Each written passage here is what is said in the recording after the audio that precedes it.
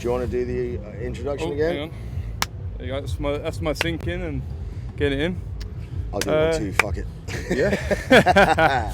Welcome back to another Bass Coast session of the Music Matters podcast, and we are absolutely choked to have the legend Justin Martin in. Thanks for coming in, man. Thank you for having me. Justin, thanks so much for coming on the show, bro. Yeah. I'm just straight off the back of your set there. Yeah, absolutely. Ooh, yeah. I'm still buzzing a little bit from the Bass Coast vibes. It's pretty awesome out there. That's cool, It's man. magical, man. How many times have you been to Bass Coast? I believe you've been here a lot of times, haven't you?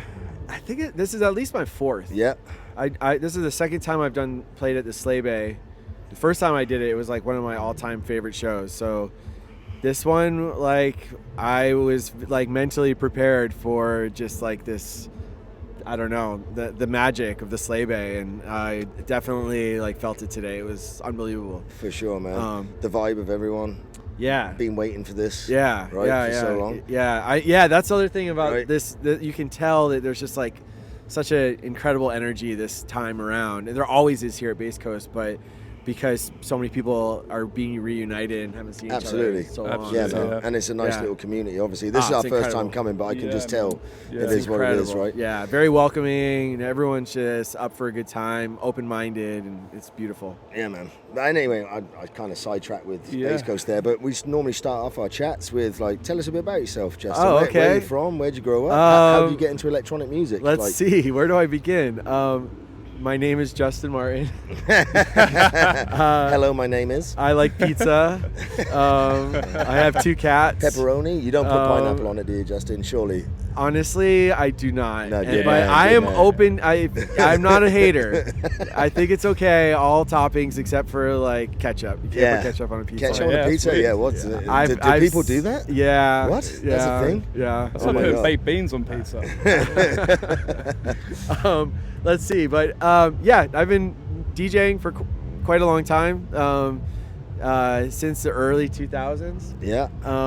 I've been producing as well since like I think 2005 or 2004 was my first release. Yeah. And I love it. I can't get enough of it. How did you get into it? Like, what was your introduction? What first kind of grabbed you? Yeah, so when I was Yeah, in high that's school, I basically fell in love with electronic music after listening to like Bjork and Delight. Nice. And slowly, like, I remember like reading some article about how Bjork I was like obsessed with her album debut. Oh, mate, it's a stunning album. Like, And yeah, incredible, like timeless. I have it on vinyl. I love saying yeah. that when I got something. Got that on vinyl, bro. That's a good one to have on vinyl. And yes, I remember reading an article where I think she was dating Goldie for a second. Yeah, she Oh, did. yeah? Yeah, no, 100%. I don't want to like Goldie. start any weird like No, they did. 20-year-old rumors Yeah, or anything. no, but 100% yeah, they did. and I think that he was like opening for her on tour, and I discovered her music or his music through her, and as soon as I heard Timeless, the album by Goldie, his debut Again, album. another stunning album. Yeah, which is timeless. It right? literally fucking is. Sorry for the language. No, it's okay. We swear. Okay, cool. We're English, yeah, bro. it literally fucking changed my life. Yeah, man. And shortly after that, I discovered LTA Bookham, and I just fell in love with drum and bass. Sweet. Started collecting records with all my my parents would send me money for books when I was in college. You bought vinyl instead. I would spend all of my my monthly food allowance and everything. I just spend it all on records. Sweet. And I was going to school in New York City for a little bit, so I got my early rave days, like going to Twilo and seeing Cool, Sasha man. and Digweed Wow. and stuff. You got to see Sasha and Digweed at Twilo. Yeah, I've seen them play lots every of times, month, but yeah. not at that club. Yeah, it was incredible. Wow, man. And then shortly after that, I moved to San Francisco, and I decided I was graduating school. I didn't really know what I was going to do with my life, but I loved music, and I had this passion, this little hobby of DJing. So I just decided to give it a chance, and saved up, bought a computer, started making music. And, Sweet. The rest is kind of history. What I guess. about your first equipment then? You were buying vinyl, so you have turntables? Yeah, I was like the classic story of belt drive. Belt drives, fucking 100%, bro. Yeah. Fucking Yeah, 100%, mate. I had a Gemini Scratch Master with like the 8-second sample button. Yeah, mate. When I went off to college, one of our roommates had like proper setup, so we were all in his room all the time. And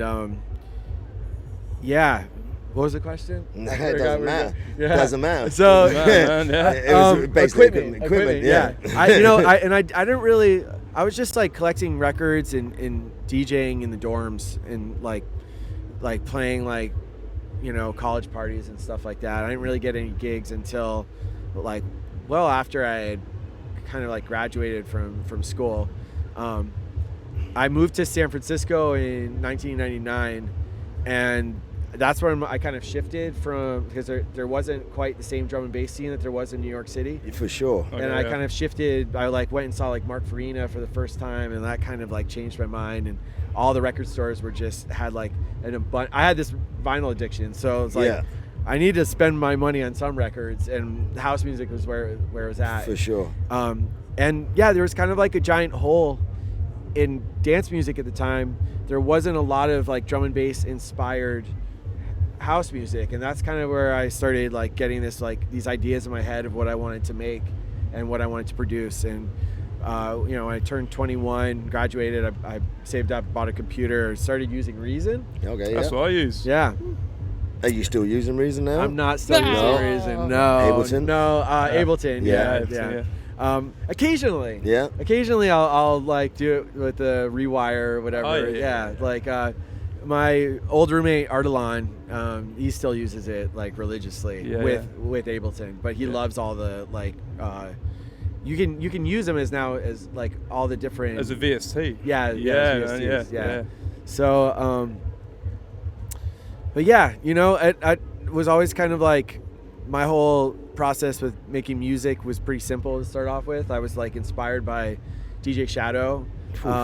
So I was a lot of my early productions were just sample based. Yeah. And I didn't really have a lot of gear or anything like that until like, I don't know, like in the last like 6 or 7 years, I like finally like built like a studio. And as soon as I had space, I filled it all. Nice. And now like I got too much. Now you can't stop. I got too much like stuff. Pringles, bro. Yeah, right? Totally. Excuse me. So yeah, that's, I could ramble on forever, but that's kind of like a short little history. Yeah, that's cool, man. What was your first experience when you came to Space Coast? I mean, it's hard to remember. Yeah. Like I was kind of like a wild party kid for a while. So like, and in the last like 4 years, I've gone completely sober. Yeah. But like some of like my early like tour, like at least like when we're talking about like gigs that were 10-15 years ago, it's like a little bit fuzzy stuff. Party time. Oh, yeah, totally. I remember like leaving Base Coast at like 6 a.m., not having slept, like getting dropped off at Kamloops Airport, like just like a total wreck, like and had the time of my life, obviously. Yeah. Sure. It's obviously like completely different experiencing it from like a sober perspective, and I like it a lot more. I don't have any of that like post-party anxiety or anything like that. It's literally all just absorbing the love and the energy and having like actual conversations with people that I remember and stuff like that. But yeah, the early days, like I really have to like look it up. I'm sure if I like had it in front of me and saw like the lineup, I'd be like, oh yeah, okay, I remember that. For sure. Cool, but it's hard to like jog it out right now for some reason. So growing up in New York, obviously you had some amazing clubs there. Yeah. What was your first club that you actually went to it wasn't? So I grew up in Connecticut. Yeah, okay. And I lived in like a small town called West Hartford, Connecticut until I was 16 years old. And then when I went off to college, that's when, I moved to New York City. Gotcha. I went to like a small school called Fordham University. And the only reason I went there was to go to raves. Sweet. Like, I really was obsessed. Like, when I was in high school, I was going to a few, like, there was a pretty decent rave scene in Connecticut. Yeah. Or we would have to travel to New York. My brother was 3 years older than me, and he was working summers in New York City. Cool. So when I was like 15 years old, I was like going to my Already first going with raves. him. Yeah, Yeah, exactly. nice. But yeah, the first, clubs that I would go to in New York City were obviously Twilo. It was like yeah, for sure. one of the all-time greatest clubs in the history of clubbing. There's a place called Carbon that had a club called, or a night called Funky Town, like Joski and like Oshin. There was like a whole like amazing regular like house crew that was just like dominating at the time. I'd go to Vinyl, see like Lil Louis Vega. Yeah, oof, my Oh, gosh. man. The V recording Who's still store. rocking things as well. Lil Yeah. Louis, Yeah, man, man. he's still fucking touring hard, man. The V Legend. recording store was at Twilo once a month. That was like Ronnie Size's Oh my residency. gosh. That was We're reading off some names, man. Yeah, man. that was Yeah. insane. Right. Like, and what else like was a regular thing we'd go to? Sometimes Concrete Jungle at the Wetlands. Yeah, man, that was a long time ago. Were you But kind it was of like those were the like.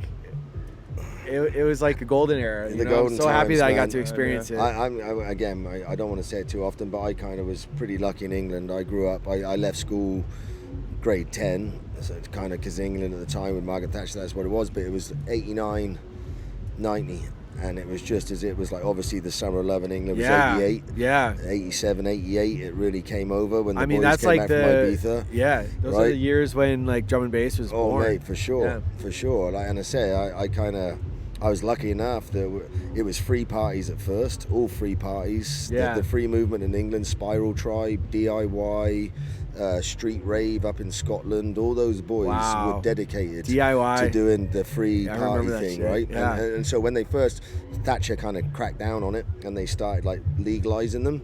And most of us were like, fuck, I got to pay for this shit now? Right. Man? What are you talking about? Because the parties used to be amazing. Like, I'm talking thousands and thousands of people in a free party situation. You know what I mean? Totally. And then, yeah, like you said, it was the beginning of the rave.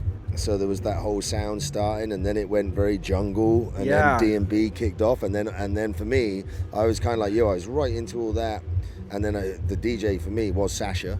Once Sasha really broke and I started listening to his tune selection and that style, that's Northern when Exposure. Yeah, mate. Oh, yeah. Unbelievable, Yeah, right? those- And Renaissance as well, another fucking legendary set of Yeah, tunes of rock. I find it so fascinating. Like, when it was all happening at the time, I didn't realize how, like, everything that was all this music that was being created there was no stuff like before it. No, like it was. So there it was no all, rules. There was no right. really anyone knowing. It's all like, groundbreaking. It's just It was all brand everything. new. Yes. And that's like the beauty of electronic music. Like now, like a genre like drum and bass or jungle is something like 30, 40 years old, And still going. and it still sounds futuristic. 100%. Oh yeah, man. I grew up with drum and bass too, man. I Yeah. saw like, Shy Effects, Right. and all them boys, Nicky Black Market. Yeah. They were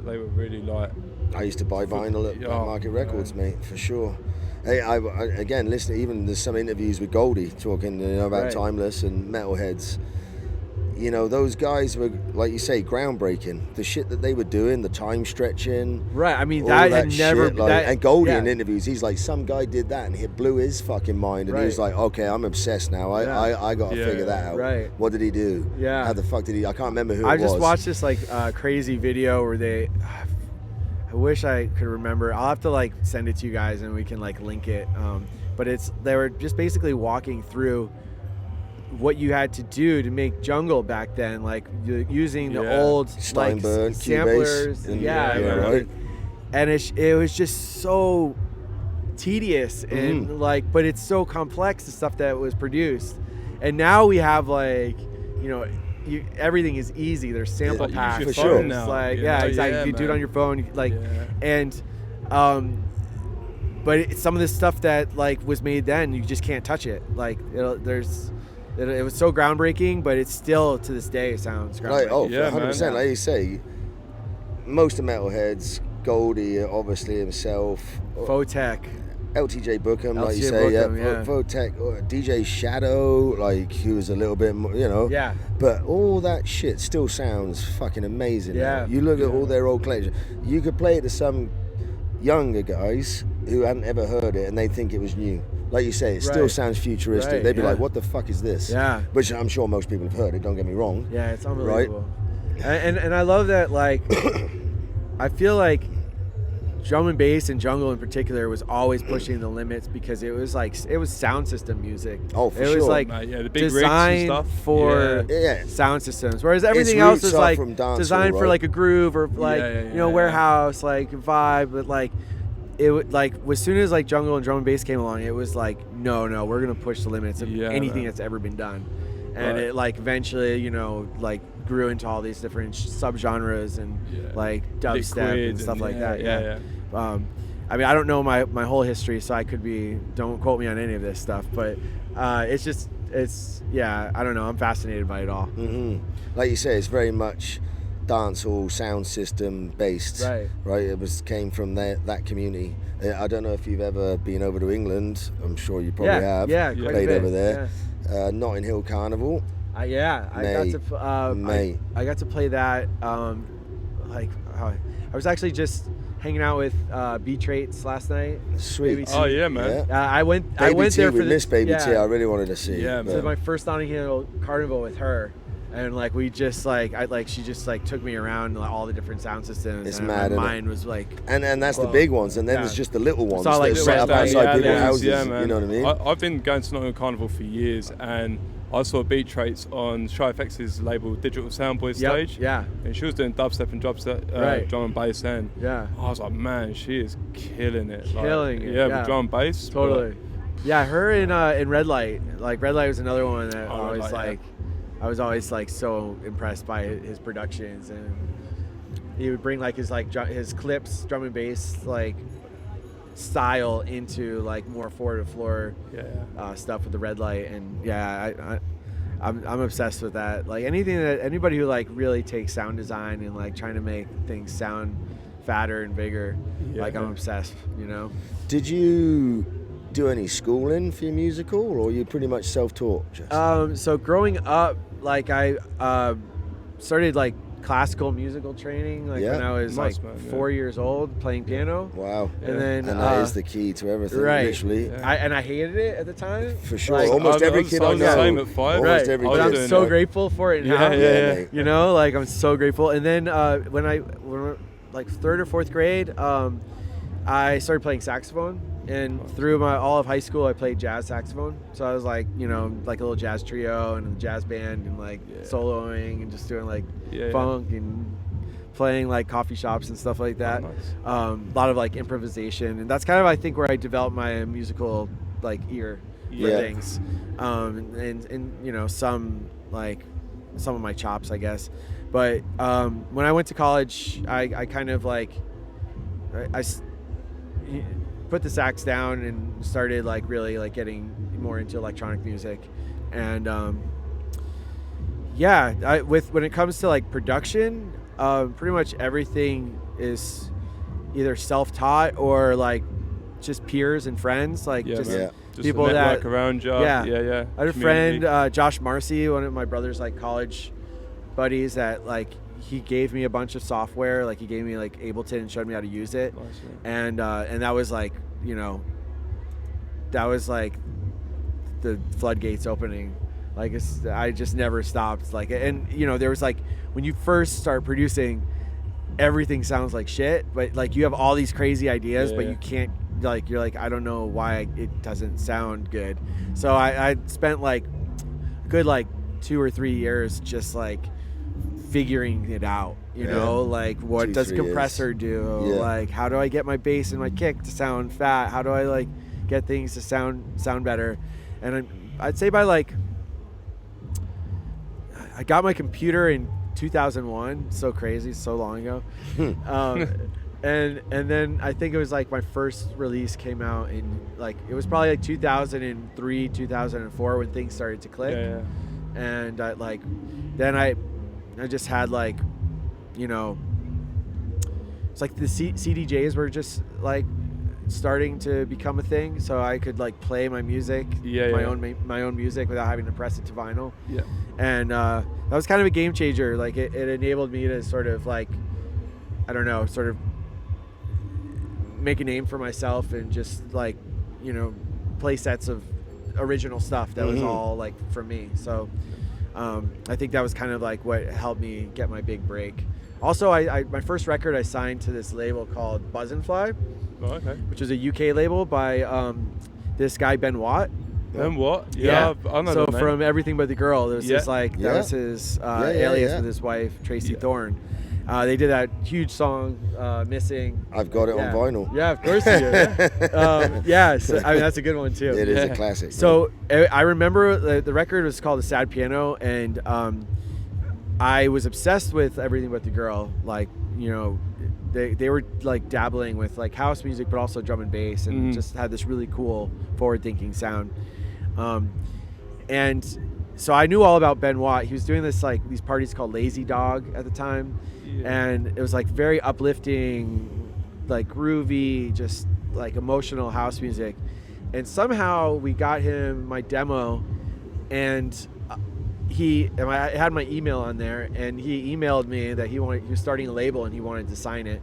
And I thought like for sure, absolutely, that it was one of my friends fucking with me. Like, there's no way that Ben Watt is emailing me right now. I was like, this is no way. I was like, Ben Watt at Buzzin Fly? What is Buzzin Fly? And then I was like, holy shit, like this is actually happening. So that was my first record, and it did pretty well. And so I started from like early on going and playing in the UK quite a bit. I played at the End. I played at Neighborhood. Like there's quite a few places that I would go to regularly. And yeah, those were, you know, the days I was still lugging around vinyl and just figuring it all out as a kid. And figuring out hurt like your back, didn't it? Oh yeah. I remember like my first trips to London, like I didn't have a cell phone. I just had like a bunch of pounds in my pocket, and I'd have to like go to like the payphone and like try to like dial like whoever it was that was picking me up at the subway station or the underground. And like I just like a lost kid, like a lost puppy dog with like this big record crate that didn't have wheels on it. Like really? What am I doing? How am I going to do this for a living? Like I cannot carry this thing. So shout out to Ben Watt. Definitely that guy like had a big impact on my career early on. That's awesome. He believed in me. Yeah, man. Sweet. How did you find like going from America over to the UK? How did you find the crowds? Was it different vibe when you got there? Like, so was it, you know? Okay, so we were kind of at the time starting this this thing called Dirtybird. It was like a sort of this free party that my brother bought a sound system because he didn't really want to go down the traditional route of trying to like hand out demo CDs to promoters and stuff like that. He's like, let's just do our own party and we'll make it free and we'll do it in the park and it's going to be like amazing. So he bought all the equipment, and at the time, like I was like, you know, going out a lot. San Francisco scene was really healthy. Like everyone's super supportive. But it wasn't until I started going overseas to the UK and like when people started to really take me serious back home. You know, it's like all of a sudden they're like, oh shit, like he's just like doing another, it there. Yeah, he's doing it for sure. And that kind of helped, I think, our party grow in the Bay Area. And eventually Dirtybird became a label, and you know the whole community like built around it. That's interesting. Because again, even if you look back in history, it has happened quite a lot where there's been American artists like, you know, Jimi Hendrix right there. Yeah. He wasn't that big until he went to the UK, and then he broke in the UK, and then he went back, and he was like, oh, okay. Yeah. Kings of Leon, another one. Again, this isn't electronic, but it's a similar thing, right? Yeah, it was weird. Yeah. It was like I wasn't really getting that many shows like in the US, but I was getting these shows in the UK and in Europe. Like I played like Exit Festival, like like crazy shit, like when I was really young.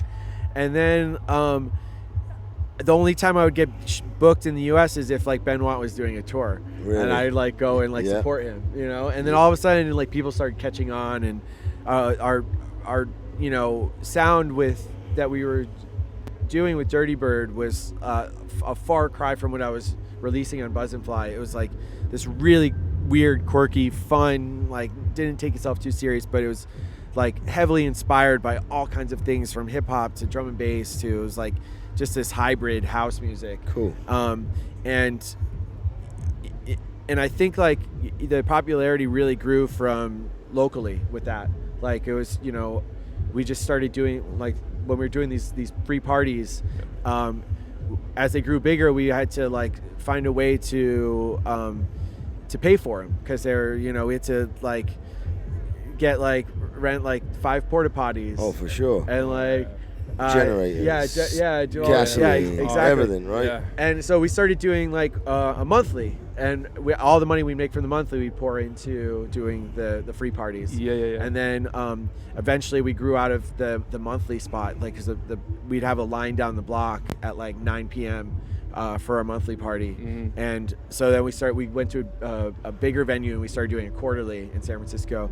And all these things kind of just were happening at once. It was just like, and then, you know, in 2005, the label kicked up, and we started pumping out releases, and things really just like took off after that. It was just like, I kind of had like a weird identity crisis for a little bit. Like I was like, all right, am I gonna go this like deep house route, or am I gonna go this like weird like tech house route? And I definitely like, I chose the tech house route because that was like where things were happening. Like it was ours, you know. It wasn't something else that I was like latched onto. It was our own thing.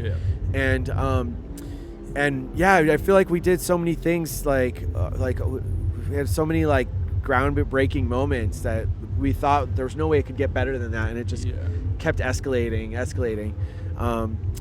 And yeah, I don't know. It's wild to think back like how it all started, and like, you know. Because for me, like when we was walking up to our mobile studio, I said to you like in the UK, when I was DJing like 2009, like your music and Dirtybird, things like that were just started pumping. Like it was like everyone was playing it. And that's how I got to know your music and Claude's and everyone like that, in that time. It's weird. I'm slowly like drifting back now to like this. It's like this sound that I've always wanted to do, and it's a lot more emotional. It has a lot more depth than some of the stuff I was doing like in the mid 2000s, like, you know, 2010s. And yeah, that's, you know, one of the reasons I kind of like branched off in my own direction. It was just to kind of have a little bit more creative freedom, and the sound didn't really match up anymore with what was being like pumped out with Dirtybird. So I'm kind of like it's like gone full circle, you know. It's like I'm returning back to the sort of that, you know, more emotional, deeper sound that I, you know, kind of got my start with. So cool. That's cool, man. Another question we've actually asked a couple of people before. Brad asked Joel West back in Vancouver this one, but when you're producing a track, start to finish, how long does it take you? It's a great question. I know it depends. But I'm the worst. Really? I am the worst. I am like the worst kind of perfectionist. Backwards, forwards, deleting. Even when a track is finished and I turn it in, like it's always like a month past the deadline. Like now I'm like, yo, are you sure you want to remix for me? Because it's gonna be like a long time to get it. Just, you have to know that now. That's the first thing. Number two, like it'll say like final master, final version 3, and then it'll be like 2 days before release day. I'm like, no, I got a better version. Like we gotta swap it out. But like I like, you know, it's to a fault. Like I definitely have missed some opportunities because of my perfectionism. Like just recently there was a remix I did for a UK crew that I absolutely love their music and what they're doing. These guys, Joy Anonymous, and I just turned it in too late, and their label was like, we've moved on. Too late, bro. Yeah. Oh, really? And it's heartbreaking because like I play every but it set, sounds so good, and it absolutely goes off. Yeah, but and I was like, well, it's, you know, it's my own fault. But at the same time, I am a firm believer that you can't rush art Like, you have to be happy with it. For sure, Yeah, man. And it's a tricky Totally agree. thing. It like, is. You can make a song that has beautiful ideas and like everything like is there, but you take it out on the road and it's not like, it doesn't sound the way that you want it to sound. For sure, man. So there's so many different levels and degrees. Like, it's like the mix down, like the actual arrangement, all that stuff. It's so important to me. I'm always striving to make music that is timeless. Like, I want people to listen to my songs in 10 years and 20 years and still have it sound fresh. So if I'm not just gonna like throw something out for a deadline. Like, it's got to be like, I've got to be happy with it. Yeah, so, no. So to answer your question, I think most people months. respect that, right? Sometimes Months, years. Sometimes years. Well, I Like, mean, that's refreshing, because we do have producers watch our podcast, and you know, I'm the same. I'll procrastinate and I'll take ages, take me a while, and other producers feel like you have to. I mean, it's I can totally- knock out a track like in The core of it. right, like Yeah, to from like 0% to like 99% finished in like 2 days. But that last 1%, Yeah, mate. is That's a like killer, man. it's Yeah, gonna yeah, take yeah. me months. Yeah, for sure. Yeah, and but I that's mean, so I good. think, like you said, that almost it is art, right? You're producing a piece of art, yeah. Yeah. and it relates to any kind of art form. Like, I like drawing and shit too, and the amount of times I've spent maybe hours drawing something, hours and hours and hours and hours, and I like the outline. Yeah, that was good. Then I Yeah. started coloring in. Yeah, that looks good, man. And then I did this bit of shading. Yeah, that looks okay. And then right at the end, I'll do something. I'll be like, no, that looks fucking shit, man. Gone, right? And there's fucking weeks of work. Well, that's the straight way in it is. trash, It's like bro. You know what I sometimes mean? like, but sometimes you can, just by like spending too much time on it and not letting it breathe. Yeah. Like, you can like alter what the original intention was 100%. in a bad way, and then you like go back to what like your first idea was, and you're like, wait a second, I need to go back and simplify. Yes. But I think like we're in an interesting occupation. Like, we're DJs, and we make music to make people dance, and it's quite an oversaturated market now. Everyone's reaching for the same tunes. I like to pride myself in having an arsenal of unreleased music that like nobody else has. Like, that's my offering to my fans and to the people that support me. And I think it's like, I don't really like trip that much about like finishing things, because I'll test it until it's done. Until I feel like it's like really good. Like, all right, I'm happy with it. And that whole process is amazing. Like, I played like 5 unreleased tracks today they're just like ideas, new things, just to kind of like. Ain't no Shazam catching them songs. Right. No. No way, man. Are your sets then at 100% your original content, or do you throw in other people's tracks? Well, when I'm doing like a 3-hour set like today, absolutely, there's other people's music. For sure, 3 hours is a long set. Right? I want to like, as cliche as it sounds, I want to take people on a journey. On a journey, right? It's a slave. It's like, not, it's for like, sure. it starts off at 3:30 in the afternoon. Like, people are just like chilling. You don't want to go right in. For sure. So like, I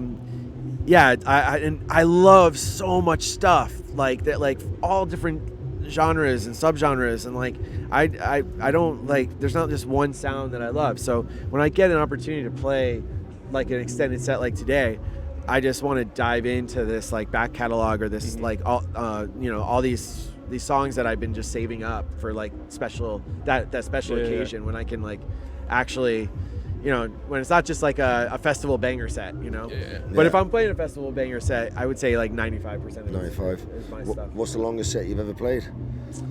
10 hours. Whoa, Yeah. man. Wow. 10 hours is the longest I've ever That's played. a you, long man. set, Yeah. bro. My I know. gosh. Must be How wine many- and coffee and just Who like, was your pee break DJ? Did you have someone to take control while you went for a piss, or did you hold it out for 10 hours? God, I definitely pissed. You had the P track, Yeah. Right. I can go good. I can do an open and close without peeing though. Now that I don't drink alcohol, it's easy. For sure. Like, just like Yeah. drinking enough to hydrate, enough water, like a coconut water or something like that. Like, like, and then you just pace yourself. Like, when I used to drink though, it was like just sculling beers, like tequila, like, okay, I gotta go, man. I gotta go. You got this, right? Put a long record on. Yeah, totally. But yeah, it's a lot easier now to do that. But I love marathon sets. Long sets, like you said, the cliche, but you literally can do the journey thing. Yeah. You've got the opportunity there to really go on that journey. I mean, right? You can go up and down and back up and down a little bit if you want. Yeah, you know what I mean? When I was just a young raver kid, like that was the shit. That was like you go see Sasha and Digweed playing back to back for like 8 hours. 8 hours. And you just know they're gonna go through, take you on this ride through all these different genres and all this different like peaks and valleys and like a time tunnel set. And that's like, you know, I don't know. I feel like we live in such a now things have become so ADD, like short attention span. Yep, short, quick, done, boom, right? Yeah, I thrive off of those opportunities like today where I get to like just kind of, you know, build a groove and mate, it was wicked, and just keep building it and keep building it and, you know. Oh mate, it was a wicked set, mate. Thank you. What about thinking of the future? What you got planned? You got some stuff you can tell us about, or is it you got some secrets you can't tell us? So there was something that like talking about production. There was like something that kind of like clicked after that Joy Anonymous record. Like I spent like, you know, a good 6 months on that one song, and then I was heartbroken when I found out it wasn't coming out. And I have a good friend, Lenny Kaiser, who's an absolute like genius in the studio, and I had another remix that was had like a really tight deadline, and I basically like called him up because I was having trouble with the mix down, and went over to his studio, and he just blew my mind with the way, like, his whole process and how he walked me through how he does his mix downs, like, you know, and how he organized all of his tracks. And as soon as I learned this new kind of like organizational technique, I have been on a tear. Like, I've made probably like 30 tracks in the last like couple of months. Wow. And so I have like but you still got the 1% to do on all of those 30 tracks? Yeah. I do. Still some are 2%. So 30 years from now we should hear some of those. Right. But so the goal is this is a long answer, sorry. That's all good. But, so this is the 10-year anniversary of my debut album, Ghettos Gardens. Cool. So we are in the process of re-releasing it with 17 or 18 new remixes. From like I handpicked of all my favorite producers, and that's going to come out on What to Do, which is my own label, and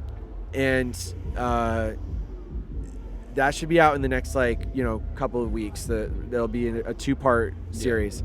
Once that's kind of going to take us like the label through the summer, and then the goal is to release my 3rd album on my label What to Do as well in the fall. So busy year, man. Yeah.